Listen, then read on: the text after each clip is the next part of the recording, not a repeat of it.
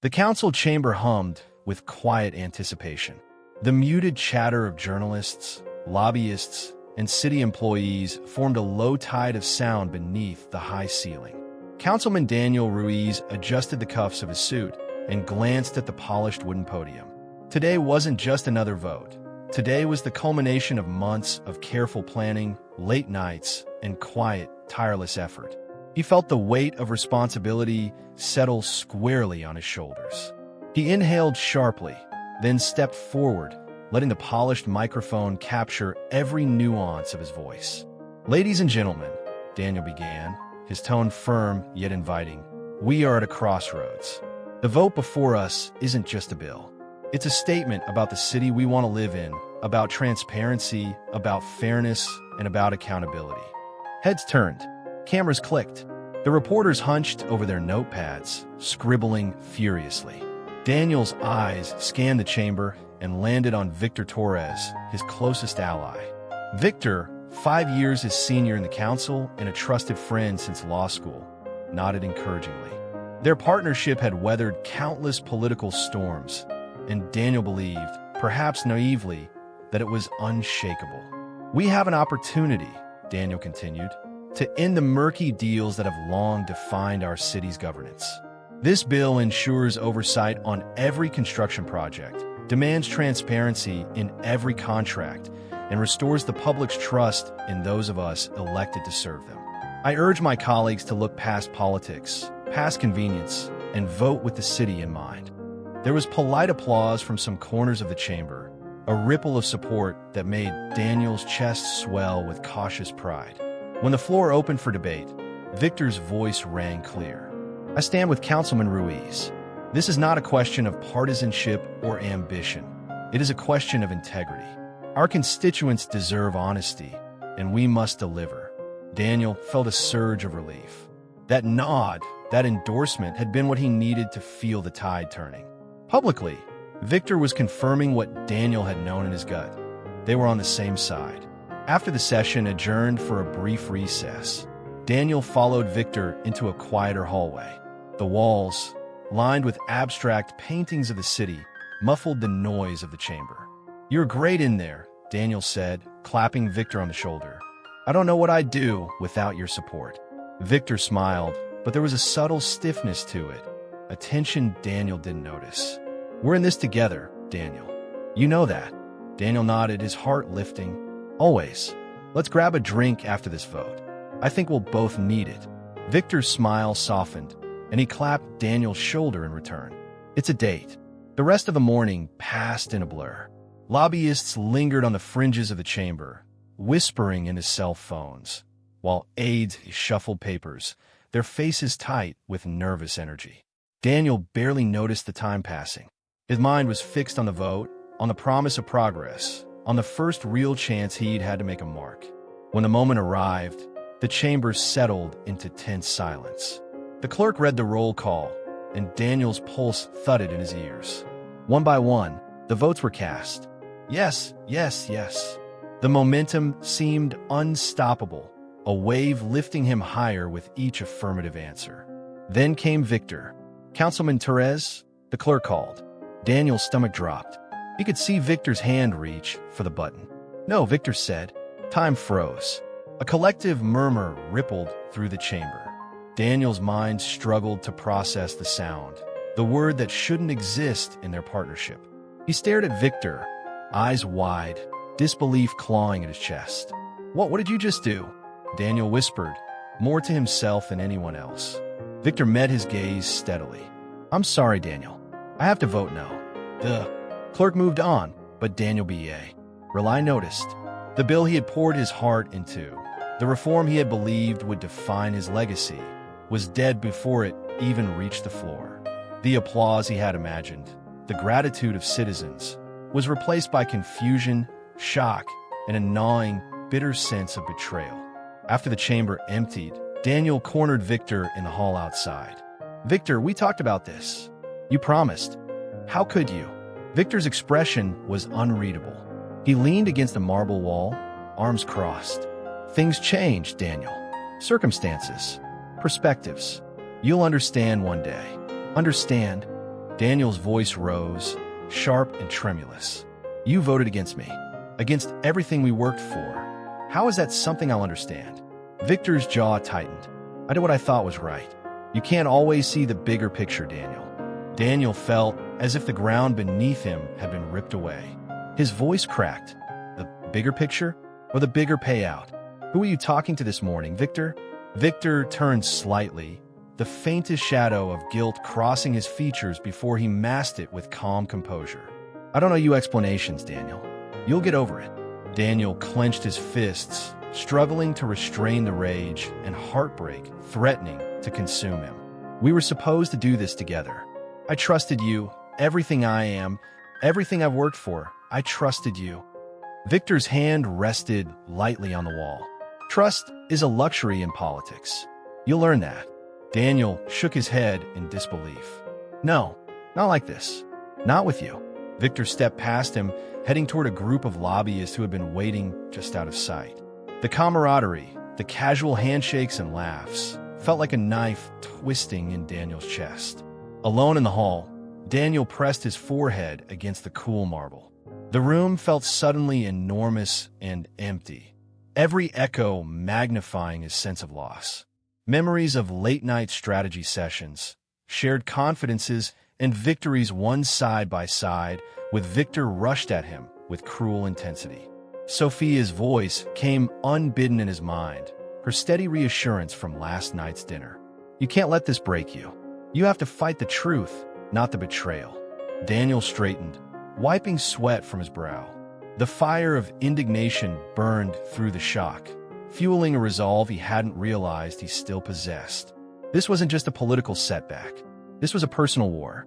He picked up his phone and dialed Carla Mendez, the investigative journalist he had met a month ago through mutual contact. Daniel? Carla answered, her voice cautious. I heard about the vote. Are you okay? Not exactly, Daniel admitted, his voice low but steady.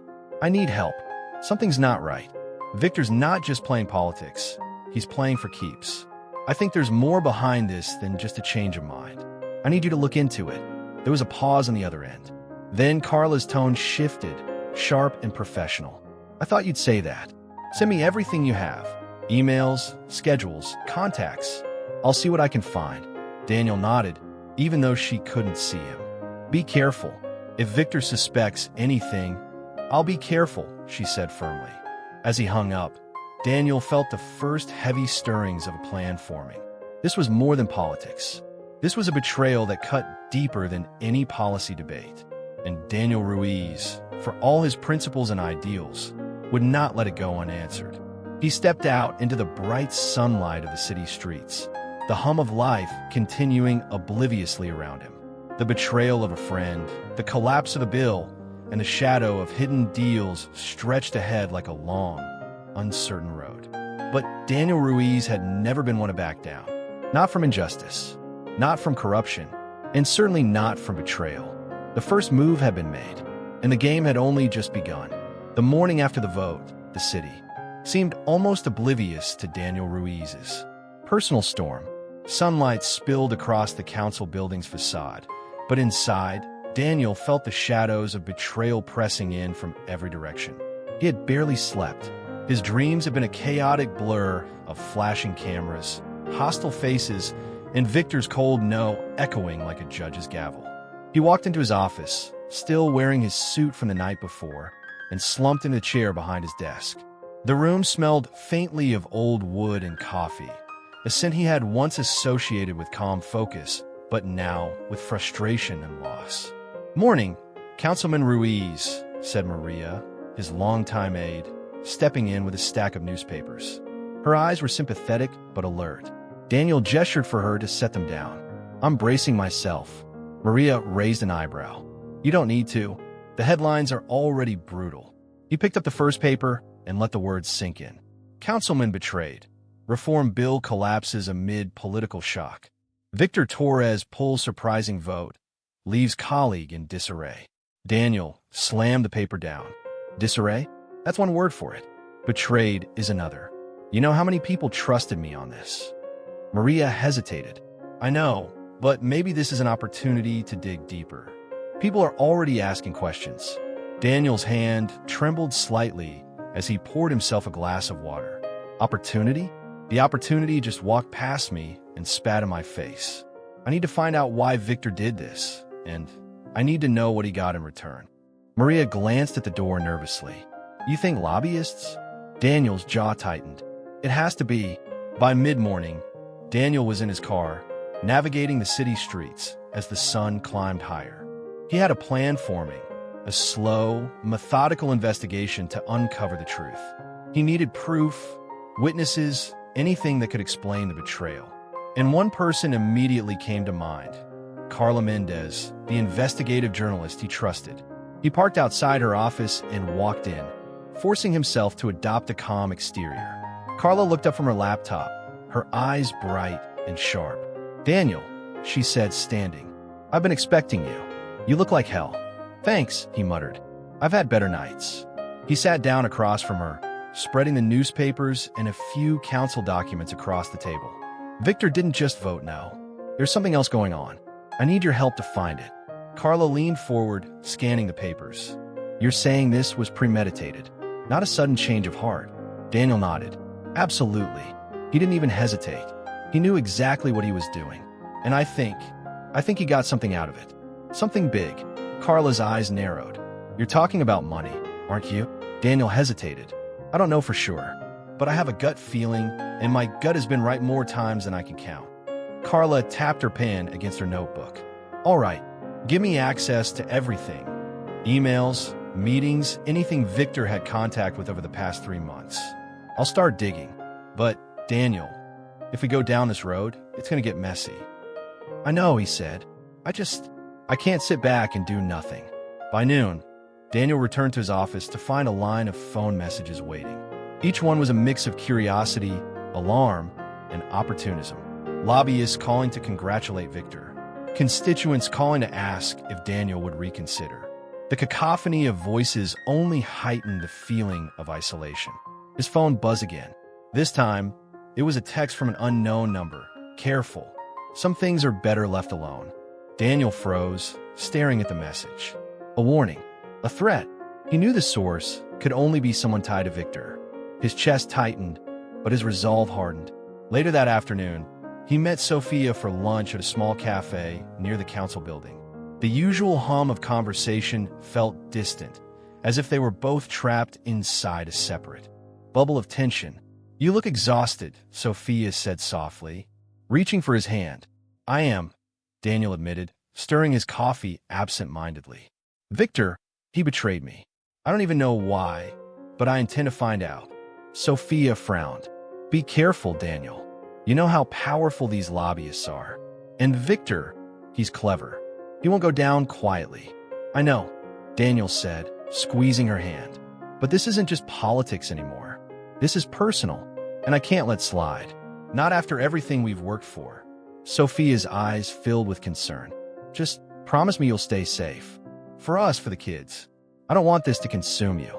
He nodded, trying to smile, though the tightness in his chest remained. I promise. But I have to do this. Returning to the office, Daniel buried himself in the council records, cross-referencing emails, meeting schedules, and donation logs. Patterns began to emerge. Victor had attended late-night fundraisers that were never reported publicly. Certain construction projects had been fast-tracked after his attendance. Small payments, discreet gifts, late-night phone calls. The evidence wasn't complete, but it was enough to confirm his suspicions. Victor hadn't just voted against the bill. He had sold it, and him, for personal gain. A knock on the door made Daniel glance up. Maria stepped in, holding a manila folder. This just arrived, she said. Anonymous. Looks like someone inside Victor's office. Daniel opened the folder. Inside were photos of Victor shaking hands with shadowy figures in a dimly lit parking garage. Envelopes exchanged, hushed conversations caught in snapshots. His stomach turned. The betrayal wasn't just personal. It was tangible, undeniable. Who sent this? Daniel asked, voice tight. Maria shook her head. I don't know, but they included a note. The rest is out there if you're willing to dig. Daniel leaned back in his chair, eyes dark with determination. We're going to dig. All the way. By late afternoon, the media frenzy had escalated. Daniel watched a televised talk show as the host dissected the failed vote. Councilman Ruiz seems blindsided, the anchor said. Victor Torres' sudden opposition has left the city asking serious questions about loyalty, influence, and the direction of this council. Daniel muted the TV and rubbed his temples. The betrayal was public now, magnified by every camera lens, every pundit's commentary. The city he loved, the council he had devoted himself to, felt suddenly alien. Maria leaned over his shoulder. We need a plan. Victor won't sit quietly, and neither will his allies. We have to be careful. Daniel stood, pacing the office. Careful isn't enough. We have to be smart, methodical. Track every meeting, every contribution, every phone call. If there's a paper trail, we'll find it. If there's a witness, we'll talk to them. And the rest? Maria asked softly. Daniel's gaze hardened. The rest is justice. Victor betrayed me. But this isn't just about me anymore. It's about the city. It's about accountability. And I will see it through, no matter the cost. As the sun dipped below the horizon, casting long shadows across the office, Daniel stared out the window at the city. Somewhere down there, Victor Torres was laughing, confident that the betrayal had gone unnoticed, secure in his temporary triumph. But Daniel Ruiz was already planning the next move. He would not rest, he would not falter, and he would not let betrayal go unanswered. This was only the beginning. Daniel Ruiz sat at his desk long after the rest of his staff had gone home. The office was dim, lit only by the glow of his laptop and the city lights spilling in through the tall windows. His tie was loosened, his shirt sleeves rolled up, but the fatigue in his body was overpowered by the fire in his mind. Emails, schedules, and public records were scattered across his desk. He was chasing connections, any pattern that tied Victor Torres to the construction. Lobbyists, Daniel suspected. Every click, every spreads. He felt like another piece in a puzzle that someone had deliberately scrambled. The silence was broken by a knock on his office door. Still here, Maria, his aide, poked her head in, carrying a mug of coffee. It's past midnight, Daniel. He rubbed his temples. I can't stop, Maria. There's something here. I can feel it. Victor's been too cozy with those lobbyists. I just don't know how to prove it. Maria set the mug down and leaned against the desk. You're not going to solve it all in one night. You need rest. I need answers, Daniel countered. If I let this go, if I just sit back, then I'm no better than them. Maria sighed. Then at least don't do it alone. Carla said she's working on her end. Trust her. Daniel hesitated, then nodded reluctantly. All right, tomorrow. I'll talk to her tomorrow. The following morning, Daniel met Carla Mendez in a quiet cafe downtown. She was already there, hunched over her laptop, her eyes sharp with concentration. You look terrible, she said bluntly as he slid into the seat across from her. Thanks for the pep talk, Daniel muttered, sipping his coffee. Tell me you found something. Carla smirked. Always straight to business. All right, here's what I've got. Victor met privately with executives from Silvercrest Construction 3 times in the last 2 months. None of those meetings appear on his public schedule. And 2 weeks before the vote, Silvercrest PAC made a suspicious donation to a committee linked to him. Daniel's jaw tightened. That's it. That's the link. Bribery disguised as campaign support. Carla held up a hand. Not so fast. The amounts were small enough to fly under the radar. Legal, technically, but the timing is suspicious. If we accuse him now without something stronger, he'll bury us both. Daniel leaned forward. Then we find something stronger. Carla studied him for a moment. You're not just angry about the bill, are you? Daniel exhaled sharply. This was personal. Victor and I, we weren't just colleagues. We were friends. Brothers, almost. And he sold me out, sold the city out. I can't let that go. Carla nodded slowly. Good. Then we're on the same page. But we need to be careful. People who play this game don't like being exposed. Later that day, Daniel received a call from an unexpected number. Councilman Ruiz? It's Miguel Santos. I don't know if you remember me. I used to work in Victor's office. Daniel frowned. Of course, Miguel. What's this about? I need to warn you. Miguel's voice shook. Victor isn't acting alone. He's got backing, big backing. Silvercrest is just the surface. If you push too hard, you'll end up destroyed. Or worse. Why are you telling me this? Daniel pressed. There was a pause, then Miguel whispered, because I can't stomach it anymore. I saw the envelopes. I saw the meetings in the garage. It's rotten, Daniel. But if they know I talked to you, the line went dead. Daniel sat frozen, the dial tone buzzing in his ear. Someone had silenced Miguel, or scared him into silence.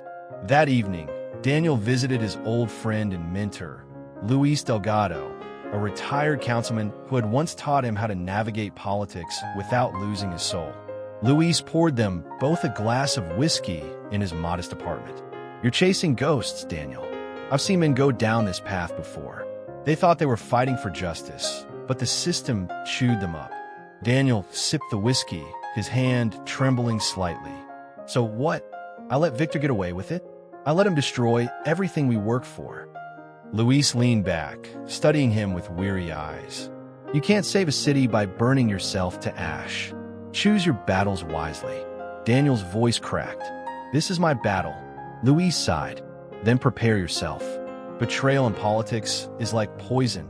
It spreads. Victor's betrayal won't be the last. Back in his office late that night, Daniel was greeted by Maria holding a plain white envelope. This came for why. Oh, you, she said quietly. No return address. Daniel opened it carefully. Inside were photographs, grainy but unmistakable. Victor in a parking garage, shaking hands with a lobbyist. A thick envelope being passed between them. And scribbled on the back of one photo were the words, "The proof is bigger than you think." Don't stop. Daniel's chest tightened. Proof. Evidence. But also a challenge. Whoever had sent this wanted him to keep digging. Maria bit her lip. This could be a trap. Someone's trying to bait you. Or someone wants justice, Daniel replied, gripping the photos tightly. Either way, I can't stop now. The next morning, Daniel arranged to meet Carla again, this time in a secluded park. He handed her the photos. Carla's eyes widened. This is enough to start a real story. If we publish this, Victor will have questions to answer. But will it stick? Daniel asked. Or will he spin it like everything else? Carla looked him in the eye. That depends. Do you have the stomach for what comes next? Because if we go public, this won't just be about Victor. It'll be about you. They'll come after your family, your finances, your past. Are you ready for that? Daniel swallowed hard. Sophia's face flashed in his mind. Her gentle warnings, her fear for their children. He knew Carla was right. I don't have a choice, Daniel said finally. Victor took everything from me. If I don't fight back, then I've already lost. Carla nodded grimly. Then we fight. Together. That night, as Daniel walked to his car in the nearly empty council parking garage, he felt a chill run down his spine. A figure leaned against a pillar in the shadows. Councilman Ruiz, the man said smoothly. His suit was expensive, his tone calm, but threatening. You're making a lot of noise. Noise that powerful people don't appreciate. Daniel froze. Who are you? Let's just say I represent interests who prefer stability. Stop chasing ghosts. Stop digging. Enjoy your career while you still have one. And if I don't? Daniel asked, his voice low. The man smiled faintly. Then you'll find out how quickly a reputation can be buried. And sometimes, reputations aren't the only things. Before Daniel could respond, the man melted back into the shadows and disappeared. Daniel stood alone, his heart pounding. The warning was clear, but instead of deterring him, it only fueled his resolve. Victor's betrayal wasn't just about a single vote anymore. It was a symptom of a deeper rot, one Daniel could no longer ignore. And no matter the cost, he would expose it. Daniel Ruiz didn't sleep that night. Even when his head hit the pillow, images of Victor Torres smiling in the chamber, shaking hands with lobbyists, and laughing in the shadows invaded his dreams.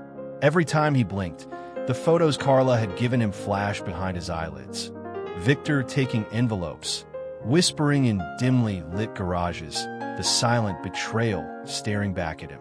The morning sun filtered through the curtains, but Daniel couldn't bring himself to greet it. Instead, he reached for his phone, scrolling through notifications he hadn't dared open until now. There were dozens of calls, emails, and text messages, most of them from concerned constituents, some from journalists, and a few, he suspected, from lobbyists checking to see how shaken he was. Then, a message from an unknown number appeared. "Be careful, Ruiz. Some stones should remain unturned." Daniel's hands tightened around the phone. Whoever it was, they were watching him. And now, he knew he was in a war he hadn't even realized had already begun. By mid-morning, the first salvo from Victor came. Daniel turned on the television just in time to see a morning news panel discussing the failed vote. "Councilman Ruiz appears to be in disarray," the anchor said, gesturing toward a photo of Daniel looking tense. Victor Torres, meanwhile, has been praised for his decisive leadership, but questions remain about the motives behind his vote against the reform bill. Daniel slammed the remote down. The framing was perfect for Victor. He appeared calm, reasonable, while Daniel looked desperate, unstable, even reckless. Maria, his aide, stepped into the room. "They're setting you up," she said flatly. "Victor's making sure the story looks like you're the problem. You need to counter this carefully." Daniel paced, running his hands through his hair. Carefully isn't enough anymore. Victor isn't just playing politics. He's attacking everything I am. My career, my family. He's turning the city against me. Maria hesitated. "Your family." Daniel's gaze darkened. "Sophia's business has been audited. I don't know if it's coincidence, but it started yesterday, right after the vote. And my staff, some of them have been suddenly less cooperative." Maria's face paled. "This is bigger than we thought." Daniel picked up his phone and dialed Carla. "We need to escalate. Victor's not hiding anymore. He's counterattacking. I need everything you've got now." Carla's voice crackled over the line. "I've already started drafting a report. I confirmed the late-night meetings and the envelope exchanges. If we publish this, it'll force Victor to answer for at least part of it." "And the risk?" Daniel asked, already knowing the answer. Carla admitted. "He'll try to discredit you, and the lobbyists will make sure you feel the pressure financially and politically. But if we do this right, we expose him." Daniel exhaled sharply. "Do it. I don't care what it takes. I need the truth out there." That afternoon, Daniel went to meet Sophia at their home. She was in the middle of a call with her accountant, her face tense. "Daniel," she said when she saw him, "you need to sit down. They're questioning every transaction for my business. Every invoice, every deposit. It's like they're looking for a reason to ruin me." "They're doing exactly that," Daniel said. "Victor is smart. He's not just trying to win politically. He's trying to break us personally. But we can't give him the satisfaction." Sophia's eyes filled with worry. "Daniel, I can't handle this constant stress. I love you, but I can't watch you put yourself in danger. We have kids. This is bigger than any bill." Daniel took her hands in his, forcing himself to meet her gaze. "I know. I'm trying to protect them. But if I don't fight this, then everything we've built, everything I stand for, crumbles.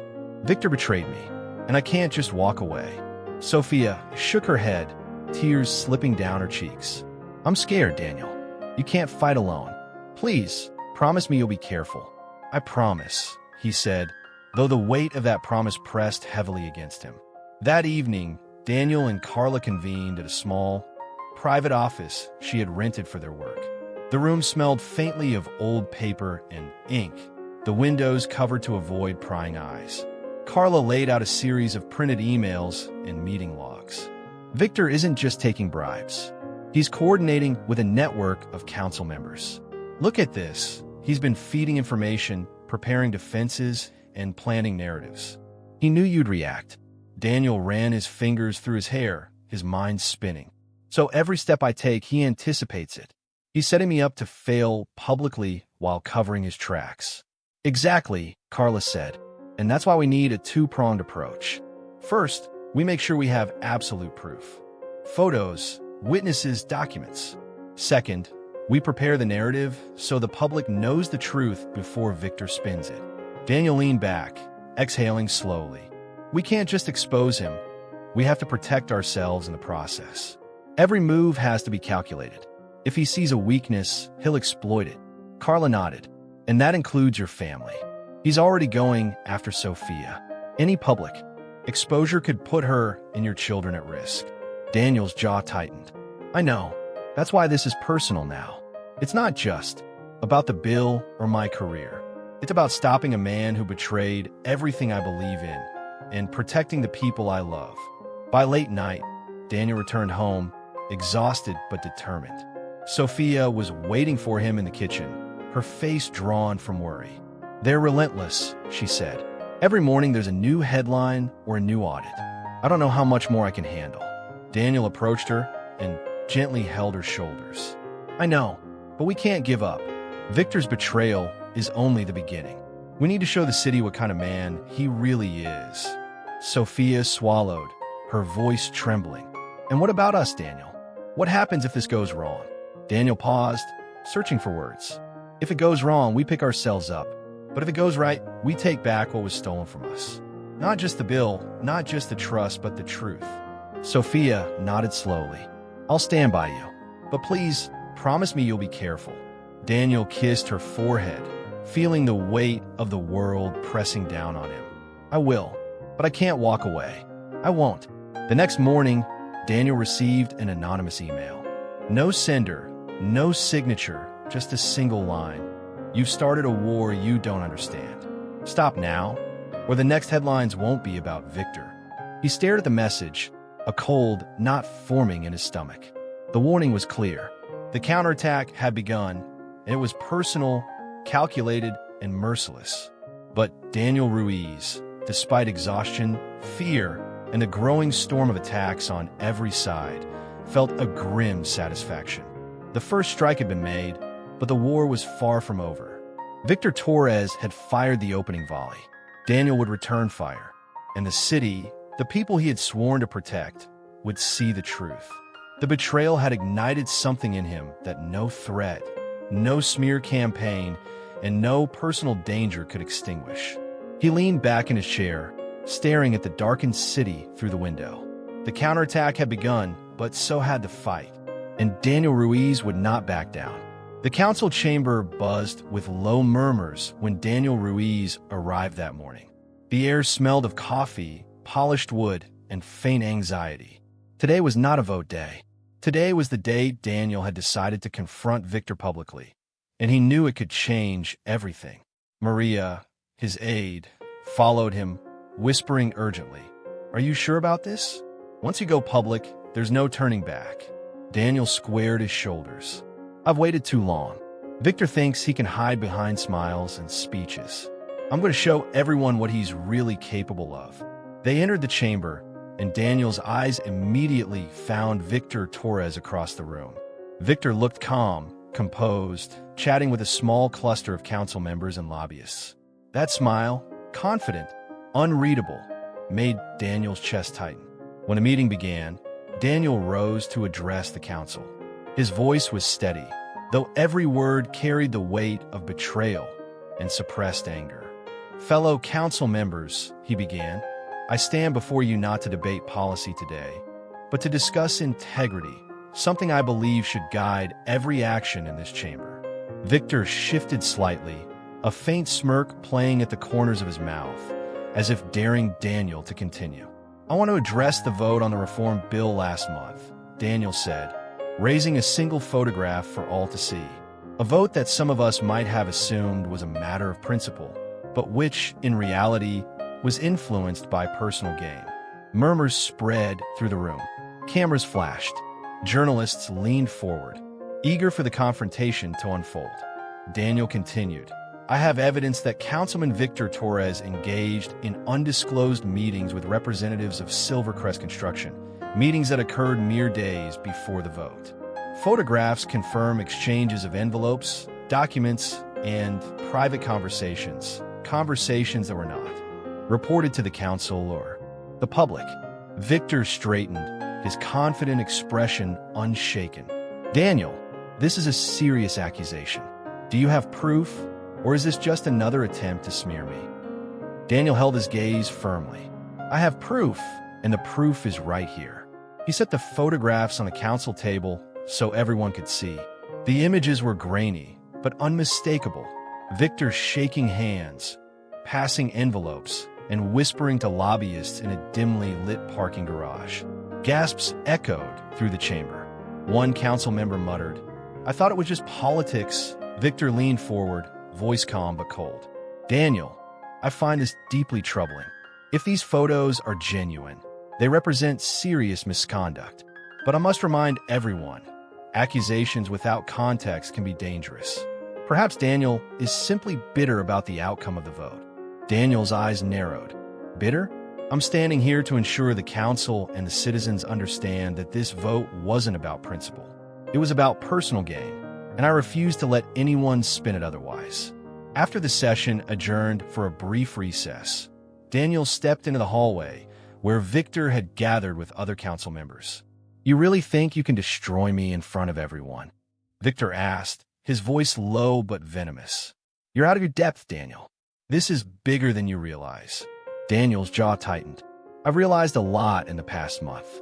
I realized that a friend who betrays you can't hide behind charm forever. I realized that you've manipulated everyone around you, and I won't let it continue. Victor chuckled darkly. Manipulation? You call it that? I call it surviving in a world you naively think is governed by ideals.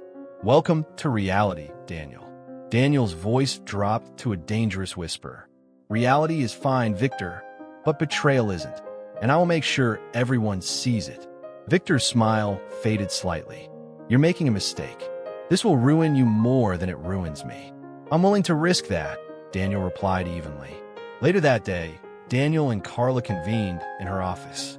The energy in the room was electric with adrenaline and tension. The photos got a huge reaction, Daniel said, pacing. I can't believe people are actually listening. Carla nodded. Some of the council members are whispering. They've been suspicious for a while, but no one had proof. You just gave them proof. Daniel leaned against the desk, eyes dark with determination. Victor will retaliate. He'll attack me personally, and he'll go after Sophia if he thinks it helps him. Carla frowned. Then we need to prepare. Strengthen your public position, make sure the evidence is airtight, and protect your family. Victor isn't going to go down quietly. Daniel's hand clenched around a cup of coffee. I don't care. I'll face whatever comes. This isn't just about a vote anymore. This is about exposing the corruption in this city and holding the people who abuse their power accountable. Carla's expression softened slightly. I've seen people like Victor. They think they're untouchable, but everyone has a weakness, and you're finally showing his. Meanwhile, Victor met with a small group of lobbyists and council allies in a private room above a downtown cafe. He was calm, but inside, frustration gnawed at him. He went public, Victor said, swirling his glass of whiskey. I didn't expect him to be so brazen. One lobbyist leaned forward. What's the plan? He's threatening to expose everything. Victor smiled faintly, a calculated expression. Then we control the narrative. Feed the press alternative stories. Question his motives. Paint him as unstable, obsessed, bitter. And make sure his family feels pressure. Fear could be a great motivator. Another ally spoke cautiously. And if that doesn't work? Victor's eyes hardened. Then we escalate. We make sure the people who trust him start doubting him. If he falls, the city forgets. And I walk away unscathed. That evening, Daniel returned home to find Sophia visibly shaken. She had been reviewing financial statements and emails, her face pale and her hands trembling. They audited my business again, she said softly. I don't know why this is happening. Everything was in order. Daniel took her hands in his. Victor is behind this. He wants to make us suffer, but he underestimates me. We're going to get through this. Together. Sophia's eyes filled with tears. I'm scared, Daniel. I can't stand seeing you like this. I don't want the kids to be dragged into a war. Daniel pulled her close. I know. I'll protect you. But I can't stop now. I've come too far and too much is at stake. I can't let betrayal go unanswered. Not by him, not by anyone. Sophia nodded against his chest. Her fear mingled with reluctant pride. Then I'll stand by you.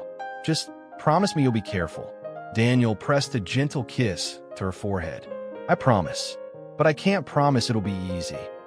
The next morning, Daniel received an anonymous tip. A council secretary, one of the few who had been quietly documenting Victor's meetings, reached out with a trembling voice. I saw him, she whispered over the phone. Saw him take the envelope. I didn't want to, but I thought someone should know. You have to be careful. He's dangerous. Daniel's grip on the receiver tightened. Thank you. I'll handle this. Can you meet me safely? Yes, she said, voice barely audible. Tomorrow. But be careful. Don't let anyone see you together. Daniel hung up, a new determination settling over him. The betrayal had been revealed publicly, but this was only the beginning. Victor Torres had shown his true colors, and Daniel Ruiz would stop at nothing to expose him fully, before the city, before the council, and before anyone else fell victim to his manipulation. The first battle had been fought in public. The war was just beginning. The city had grown quieter, but not in peace. The kind of silence that now filled Daniel Ruiz's office was heavy, almost suffocating, filled with the tension of knowing something unseen was moving against him. He sat behind his desk, the glow from his laptop highlighting his tired eyes as he sifted through a new batch of documents Carla had unearthed. Maria, his aide, entered with the same cautious demeanor she had adopted in recent days. Councilman, you've been at this for hours. Are you sure you're not pushing yourself too hard? Daniel didn't look up. Every hour counts, Maria. Every email, every meeting log. Something is wrong, and I need to know what it is. Maria set a folder on his desk. This just came in from an anonymous source. It looks like a copy of Victor's recent correspondence. You might want to see it. Daniel opened the folder and scanned the papers. His stomach tightened. There were coded emails, references to council votes, and discussions about fast-tracking construction projects in exchange for undisclosed support. And among them, one line leapt out, written in Victor's unmistakable shorthand. Keep an eye on Ruiz. Make sure he doesn't get too close to the truth. Daniel slammed the folder shut. He's not just corrupt, he's strategic. He's anticipating every move I make. Maria hesitated. This goes deeper than we thought, Daniel. You're not just fighting a betrayal. You're fighting a network. Daniel exhaled slowly. Then we mapped the network. Every connection, every council member, every lobbyist. If he's orchestrating this, we need to see the full picture. That evening, Daniel met with Carla in a small, dimly lit cafe. She was already hunched over a laptop, her face a mask of concentration. Look at this, Carla said, sliding the screen toward Daniel. Victor isn't working alone. There are at least 3 council members who have received suspicious contributions from Silvercrest and other construction firms. And it's not just money. They're providing information, blocking opposition votes, and helping him manipulate public perception. Daniel rubbed his forehead. So the betrayal goes beyond him.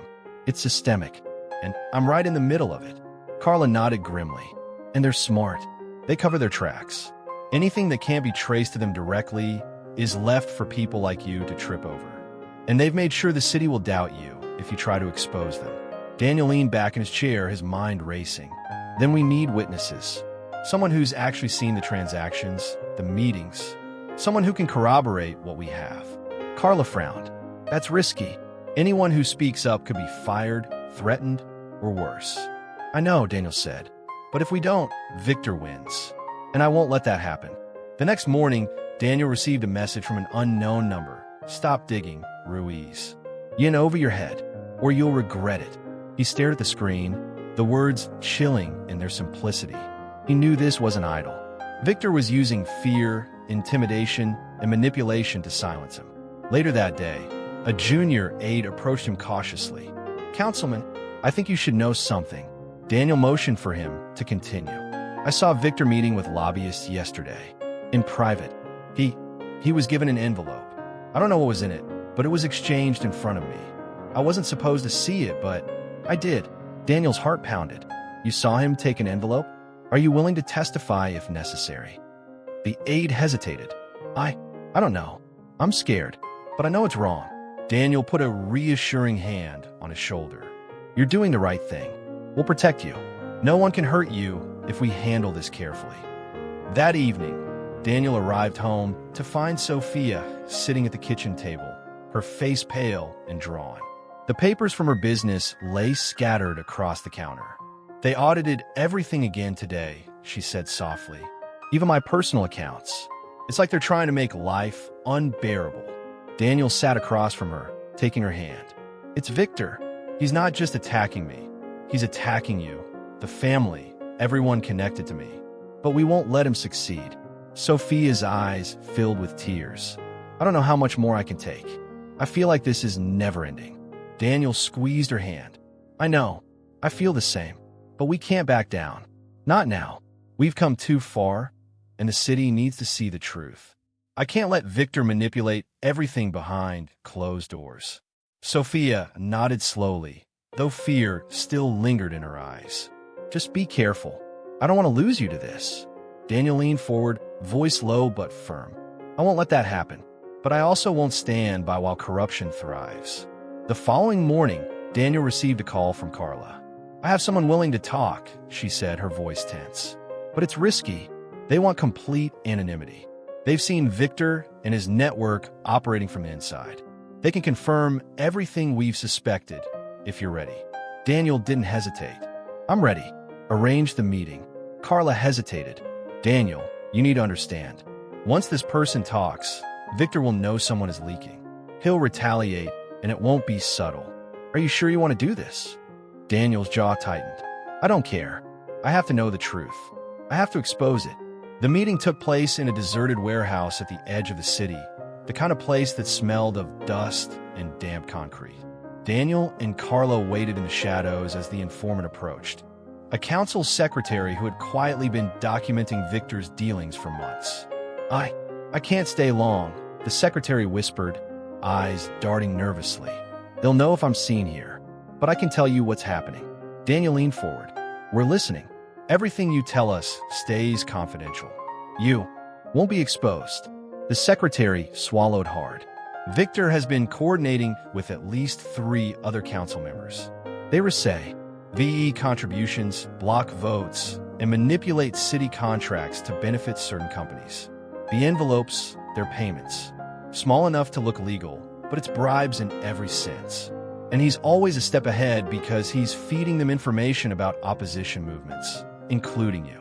Daniel felt his chest tighten. Do you have documentation? Anything we can use to prove it? I've kept copies. Emails, schedules, logs. But if they find me with it, the secretary trailed off, fear evident. You're safe here, Daniel said, his voice gentle but firm. We'll protect you. This is the evidence we need. The secretary handed over a small USB drive. Be careful. They won't hesitate to destroy anyone who gets in their way. Back at his office, Daniel inserted the USB drive and began reviewing the files. His eyes widened as patterns emerged. Undeniable proof of corruption and conspiracy. Every late-night meeting, every fast-track contract, every small payment lined up like dominoes waiting to fall. Maria leaned over his shoulder, whispering, This is bigger than we thought. Victor isn't just corrupt. He's building an empire. Daniel nodded slowly, determination hardening his expression. Then we bring it down, all of it, no matter what it takes. Outside, the city lights twinkled, oblivious to the storm brewing in the council chamber and the lives it would touch. Daniel Ruiz knew that once he exposed the full truth, nothing would be the same. Not his career, not his family, not the city he loved. And yet, he felt a grim sense of purpose. Victor's web of deception had layers, but Daniel was ready to peel them back, one by one, until the truth was laid bare for everyone to see. The fight had deepened. The stakes had never been higher. The night had fallen heavy over the city, but sleep was a distant memory for Daniel Ruiz. He sat at his desk, the glow of his laptop reflecting dark circles under his eyes. The USB drive from the secretary had changed everything. Every file, every log, every email was a thread in Victor Torres' web, a web so tangled it threatened to ensnare anyone who got too close. Maria, his aide, entered quietly, holding a tray with coffee and a sandwich. You've been at it for hours again. You need a break, Daniel. I don't have time for breaks, Daniel replied without looking up. Victor's network is massive, and if I don't dismantle it piece by piece, he'll bury everything I've worked for. Maria set the tray down gently. And what about Sophia? The kids? They're scared too, Daniel. You can't protect the city if your family is collapsing around you. Daniel rubbed his eyes. I know, but I can't ignore what's at stake. This isn't just politics anymore. It's corruption, deception, betrayal. And if Victor isn't stopped, it will destroy more than me. It will destroy the city. Maria hesitated. Just be careful. They're watching. I saw someone tailing you yesterday near the council building. I didn't want to alarm you until I was sure. Daniel froze. Tail me? Yes, Maria said softly. I don't know who, but they kept a safe distance. Didn't approach. Just observing. Daniel's jaw tightened. Victor's moving faster than I thought, and he's striking closer to home. Later that day, Sophia called him at the office. Her voice trembled, even over the phone. Daniel, they came to the business again, she said. Not auditors this time, man. Asking questions. Checking inventory. They said they were from regulatory authorities. But Daniel, it felt intimidating. Daniel's heart sank. Sophia, I warned you this could happen. Stay calm, document everything, and don't engage directly. I'll handle it. But I can't help but worry about the kids, Sophia said, her voice breaking. They're asking questions. They're scared. This is affecting them. Daniel gritted his teeth. No, I'll get through this. We'll get through this. I promise. That evening, Daniel met Carla in a small, secluded coffee shop. Both were tense, the air thick with urgency. They're escalating, Daniel said, sliding the USB drive across the table. Victor's no longer content with just influencing votes. He's targeting anyone who might help me expose him. Carla nodded grimly. I've been tracking his movements. He's contacted at least 5 journalists in the past 2 days, feeding them alternative narratives. And there's chatter that some of his council allies are quietly pressuring staff to distance themselves from you. Daniel clenched his fists. So now it's personal. He wants me isolated, weaker, distracted. And he's willing to attack my family to get it. Carla leaned forward. Exactly. That's why we need a plan. We can't just react anymore. We need to anticipate. First, we secure the evidence, protect the secretary who provided it, and make sure Sophia and the kids are safe. Then we control the narrative publicly, before Victor spins another story against you. Daniel exhaled slowly. I've been reactive too long. It's time to take control. The following day, Daniel's office was filled with tension. A junior council aide approached nervously. Councilman, I think you should see this, the aide whispered, handing him a printout. Daniel scanned the document and felt a knot tighten in his stomach. It was a fabricated report, supposedly exposing financial mismanagement on Daniel's part. Emails selectively edited, transactions taken out of context, insinuations carefully crafted to damage his credibility. They're trying to destroy me, Daniel muttered under his breath. Maria stepped closer. They are, but it's predictable. Victor wants the city to see you as unstable. Discredit you before you expose him. Daniel's eyes darkened. Then we turn this around. We show the truth, but we do it on our terms. Victor underestimates me, and that will be his mistake. That evening, Daniel returned home to find Sophia visibly exhausted. She had been fielding calls, sorting through papers, and trying to maintain a semblance of normalcy for the children. They came to the school, she said, her voice trembling. 2 men, asking questions about the kids, saying they were from some council program. I don't know how they knew their names. Daniel's blood ran cold. Sophia, this isn't random. They're sending a message. You and the kids are targets now. Sophia looked at him, fear in her eyes. Daniel, I can't do this anymore. I don't want the children to grow up scared. I don't want us to live like this. Daniel took her hands, voice firm but soft. I know. I wish it didn't have to be this way. But if we back down now, Victor wins, and the city loses. I promise I'll protect you. I'll protect the children. But I have to see this through. Sophia nodded reluctantly, tears glistening in her eyes. Then we trust you. But please be careful. That night, Daniel received a call from the secretary who had provided the USB drive. They know someone's talking, the secretary whispered. They're looking for me. I don't know how much longer I can hide. Stay calm, Daniel said firmly. We'll relocate you temporarily. No one will know where you are. but you have to keep the files safe. Everything depends on them. I'm scared, the secretary admitted. I know, Daniel said quietly, but this is bigger than fear. You're helping expose corruption that has been hidden for years. You're doing the right thing. There was a pause. Then the secretary said, I trust you. I have to. Daniel swallowed, realizing the weight of responsibility on his shoulders. We'll get through this, together. By morning, Daniel's office was filled with activity as he and Maria coordinated a plan to protect the secretary and secure the evidence. Security measures are in place, Maria said. She'll be moved tonight. No one will know where she is. Daniel nodded. Good. And the files? Encrypted, backed up, and copies held off-site, Maria replied. Daniel exhaled, a momentary relief washing over him. But it was fleeting. The reality was clear. Victor Torres was ruthless, powerful, and relentless. And now, he had begun to strike at the people Daniel cared about most. Sitting back in his chair, Daniel stared at the city through the window. The war had grown personal. Victor's influence and corruption had spread like a shadow over every corner of the council, and Daniel's fight to expose him would cost him everything if he wasn't careful. But he was ready. No threat, no intimidation, no personal attack would stop him from uncovering the truth. Victor had underestimated him. That would be his fatal mistake. The shadows were closing in, but Daniel Ruiz was prepared to face them head-on.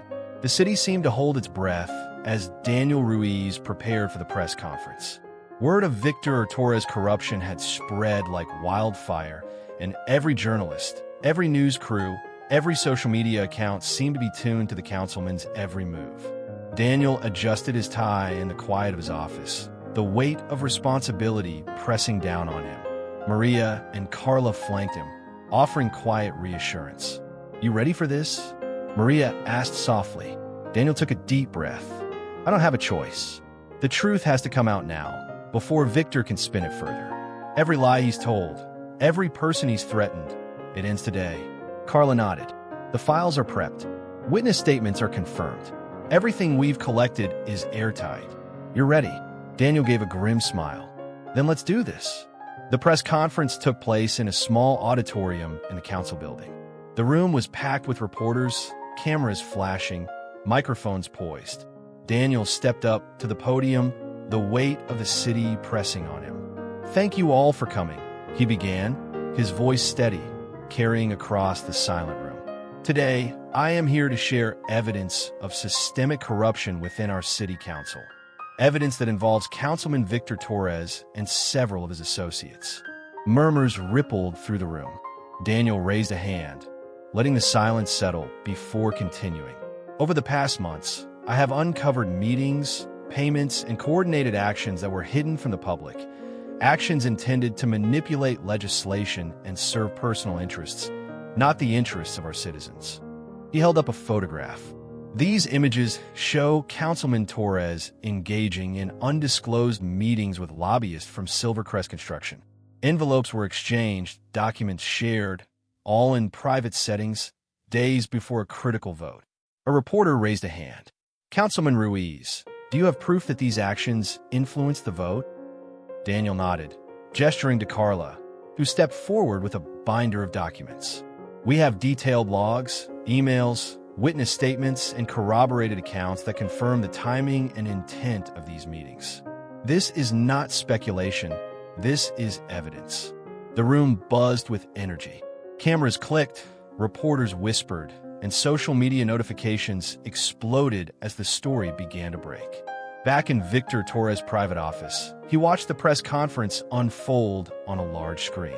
His composed demeanor began to crack, fingers drumming against the desk. Call the media teams, he ordered sharply. We need to control the narrative. Spin it.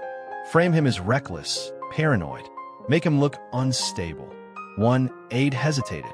But the evidence, Victor slammed his hand on the desk. Evidence doesn't matter. Perception matters. Do you understand? Make him the villain before anyone believes him. Meanwhile, Daniel returned home that evening to find Sophia pacing. Phone in hand, her face pale. Daniel, the headlines, she said, her voice shaking. They're everywhere. Social media, TV, newspapers. People are talking, but some of it isn't good. Daniel took her hand, trying to ground himself. I know, Victor's people are already trying to discredit me, but that won't work. The truth is on our side, Sophia. She shook her head. I don't want the kids to be caught in this. Every day, it's something new, threats, messages, calls to their school. They're scared, Daniel. Daniel knelt beside her. We'll protect them, every step of the way. But hiding from the truth doesn't help anyone. This isn't just about me or Victor. It's about the city and about justice. Sophia nodded reluctantly. I trust you. I wish it didn't have to be this way. Daniel pulled her into a brief, tight embrace. I know, but sometimes doing what's right comes at a cost, and we'll face it together. The next day, Daniel and Carla met with the secretary who had provided the USB drive. They know you leaked information, Daniel said quietly. We need to move you again. Victor's people won't hesitate to make an example.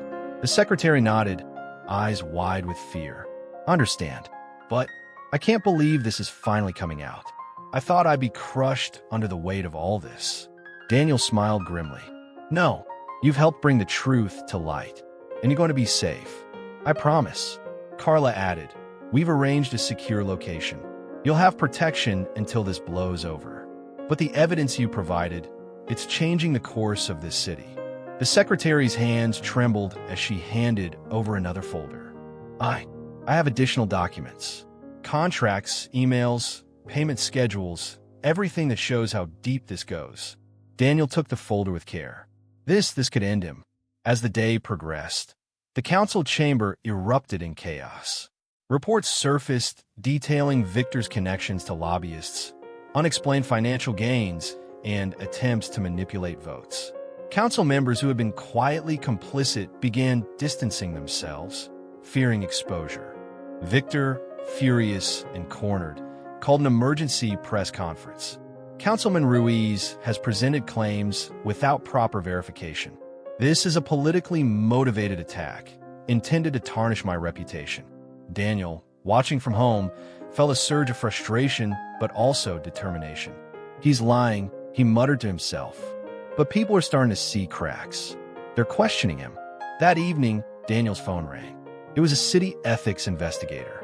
Councilman Ruiz, the investigator said, voice formal but curious, we've received your evidence. Given its credibility, we're opening an official inquiry into Councilman Torres and his associates. We'll need your cooperation moving forward. Daniel felt a mixture of relief and apprehension. Of course, I'll provide everything you need. Good, but be aware, the investigator warned. Victor has significant influence. Proceed carefully. This inquiry could take time, and there will be pushback. Daniel hung up, taking a deep breath. The legal wheels had begun turning. Victor Torres could no longer act with impunity. That night, Daniel sat with Sophia in their living room, the children asleep upstairs. It's happening, Daniel said quietly. The inquiry is underway. People are starting to see the truth. Victor's power is beginning to crack.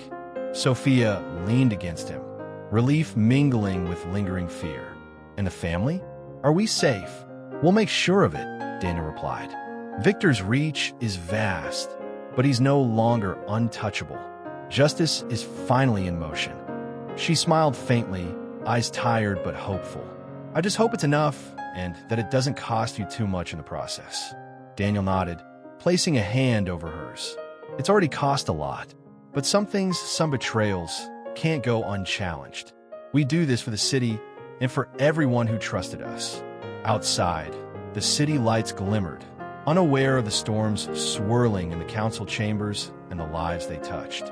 The first cracks of Victor Torres' empire were forming. Social, legal, and familial. Consequences were beginning to take shape, reshaping alliances and challenging loyalties. Daniel Ruiz had expos, Ed the betrayal, but the fallout was only beginning. And as the city slept, he knew the hardest battles were yet to come. The morning sun had barely broken over the city skyline when Daniel Ruiz's phone began buzzing nonstop. He reached for it groggily, only to be confronted with headlines that made his stomach drop. Councilman Ruiz under fire. Questions raised about integrity, allegations against Victor Torres called politically motivated. His heart pounded as he scrolled. Victor's team had launched a counterattack, using selective leaks and friendly media to paint Daniel as reckless, unstable, and desperate for attention. Maria burst into his office, face pale. "Daniel, they've gone full scale. Every major outlet is running stories casting doubt on your credibility. Victor's people are calling it a smear campaign against him." Daniel rubbed his face, the weight of the situation pressing down. "They're trying to distract from the truth. They want the city to focus on me, not him. But I can't let that happen. Not now." Maria leaned forward. "And the threats?"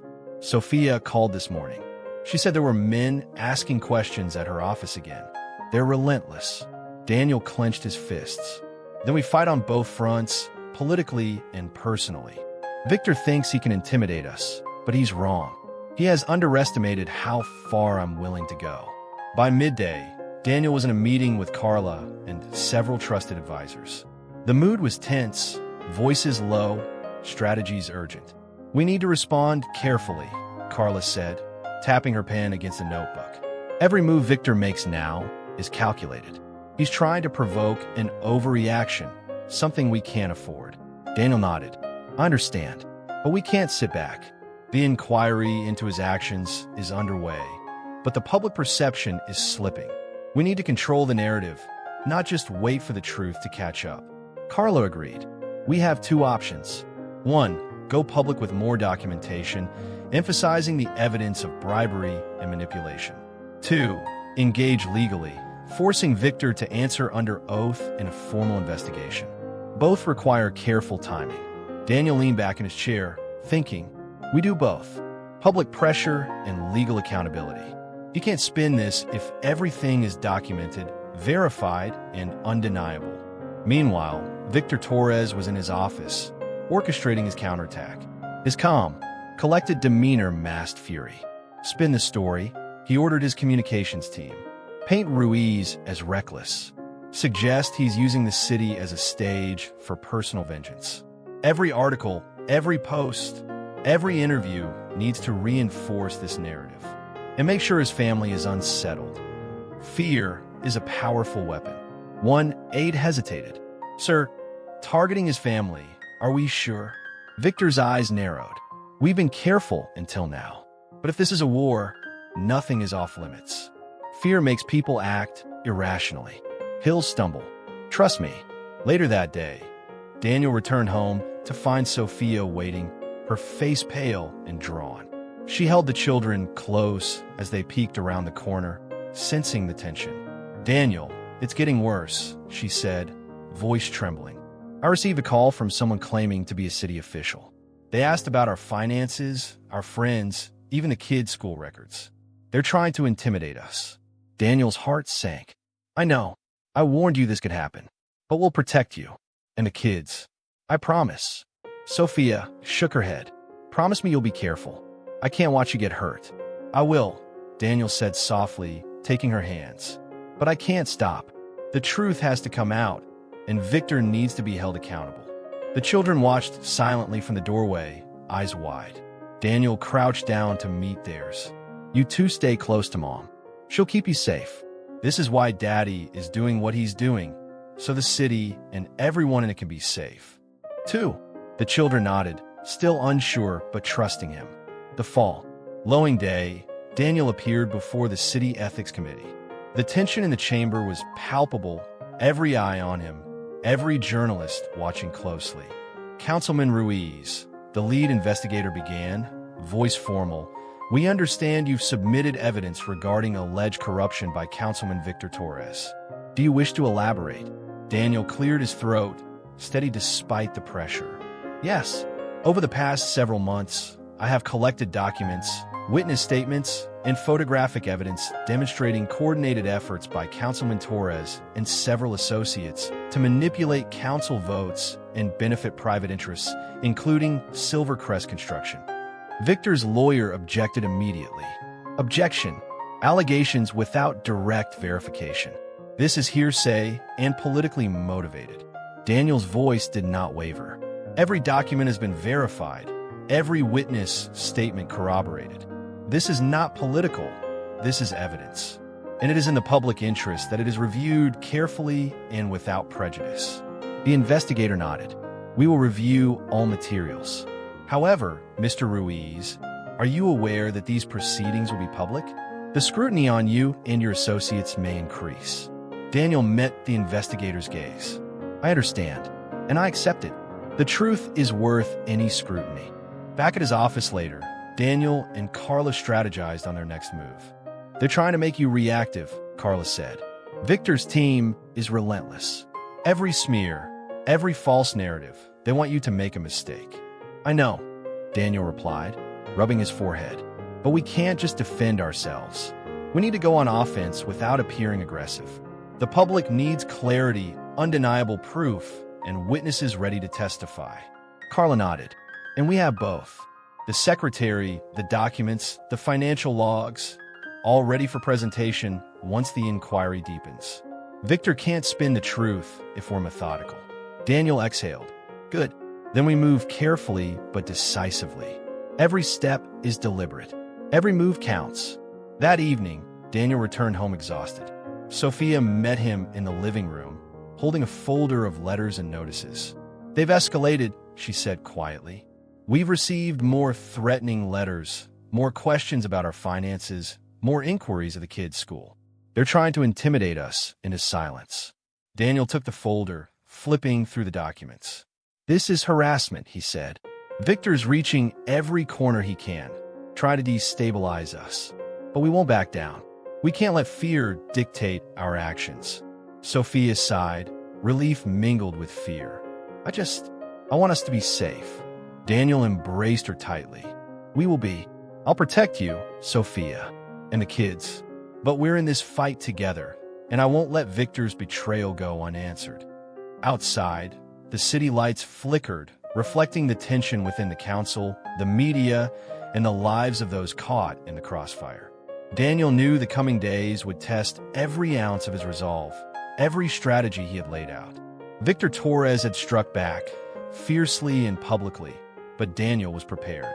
The war had escalated to its peak, but the final confrontation, the one that would decide the city's fate, was still ahead. Daniel Ruiz felt it in his bones. Victory was possible, but only if he remained steadfast, strategic, and unyielding in the face of relentless betrayal. The stage was set, and the final battle was about to begin. The city council chamber was quieter than usual that morning, but the tension in the air was palpable. Word had spread. The ethics investigation into Victor Torres and his associates was concluding, and today was the day the results would be presented. Journalists filled the room, cameras trained, microphones poised. Daniel Ruiz stood at the back, adjusting his suit, his heart racing, but his mind razor-focused. Maria leaned closer. This is it, Daniel. Everything we've worked for. It comes down to today. Daniel nodded, his jaw tight. It's not just about exposing him anymore. It's about ensuring that corruption like this can't thrive in our city. People trusted us, and we have to honor that. Carla gave him a small nod. Evidence is airtight. Witnesses are ready. Victor can't spin this one. Daniel exhaled slowly, trying to calm the storm of nerves and adrenaline inside him. Then let's see the truth finally come out. Victor Torres arrived with his usual composure, but Daniel could see the tightness in his jaw and the faint flicker of unease in his eyes. His lawyer whispered instructions, and Victor offered his usual charming smile to the cameras, but it didn't reach his eyes. The lead investigator cleared her throat. We've concluded our review of the evidence submitted by Councilman Ruiz, including documents, witness statements, and photographic material. After careful consideration, we find substantial evidence of misconduct by Councilman Victor Torres and several associates, including the acceptance of improper contributions and attempts to manipulate council votes for personal gain. Murmurs erupted across the room. Journalists scribbled furiously, cameras flashed, and even some council members who had remained neutral shifted uncomfortably in their seats. Victor's smile faltered. This is politically motivated, he began, but the investigator held up a hand. "This is not an opinion," she said firmly. "This is the conclusion of a thorough, independent investigation. Your actions have violated ethical standards and have compromised public trust. Sanctions will be applied, and a formal referral for criminal investigation will follow." Daniel felt a weight lift from his shoulders, though he stayed silent, letting the room absorb the gravity of the announcement. He caught Sophia's eye in the gallery, her hands trembling but proud, and he offered her a small, reassuring smile. Victor, however, was far from defeated. He turned to Daniel, eyes blazing. "You think this changes anything, Ruiz? You think you've won? Politics isn't about evidence. It's about power, and I still have it." Daniel stepped forward, voice calm but firm. "Power isn't eternal, Victor. It's meaningless when it's built on lies, deceit, and betrayal. The people will see the truth, and your influence ends where your corruption begins." Victor's lawyer interjected sharply. "We will appeal. This is not the final word. Mr. Torres maintains his innocence and will fight this verdict." Daniel shook his head. "And will continue to provide the evidence that proves otherwise. The truth doesn't disappear with appeals." Later, outside the council chamber, Daniel addressed the press. Reporters swarmed, microphones thrust forward. "Today, the city took a stand against corruption," he began. "We've seen that even those with power cannot evade accountability. Transparency, honesty, and integrity must guide public service. I thank the Ethics Committee for their diligence and the brave witnesses who came forward." A reporter shouted, "Councilman Ruiz, are you worried about retaliation from Victor Torres and his allies?" Daniel met the question with unwavering composure. "The truth is always worth facing challenges. Fear cannot dictate our actions. I've seen the consequences of betrayal, but I've also seen the strength of community and justice. Today, that strength has prevailed." Another reporter asked, "What about your family? Were they ever in danger?" Daniel glanced at Sophia, who stood beside him. "We faced threats, yes, but we stayed united. My family's safety is paramount, and I will always protect them. But standing for what is right sometimes requires personal sacrifice." Victor Torres watched from distance, flanked by his lawyer and a few remaining allies. His composed facade had cracked slightly, and even he knew the city's perception had shifted irrevocably. One of his aides muttered, "They're calling a calm, complete victory for Ruiz. People are losing trust in you fast." Victor's eyes narrowed. "This isn't over. Legal appeals, media campaigns will spin it. But Ruiz, he's underestimated me. That will be his mistake." Back home that evening, Daniel and Sophia sat together in their living room, the children finally asleep. The weight of the past months, the threats, the betrayals, the sleepless nights, hung in the air, but there was a sense of closure and relief. "It's finally over," Sophia said quietly, leaning against him. "At least for now." Daniel took her hand, voice soft but resolute. "It's never truly over, not in politics. But we've done what needed to be done. We've exposed the betrayal, and the city knows the truth." Sophia smiled faintly, tears in her eyes. "I'm proud of you, of us. Even with all the danger, the fear, we stood together." Daniel pressed a gentle kiss to her forehead. "And we always will. Betrayal tested us, but it didn't break us. That's something Victor will never understand." The next day, Daniel appeared at a community town hall, greeted by citizens who had followed the story closely. People clapped, voices cheered, and some even cried as he recounted the events leading to Victor Torres' exposure.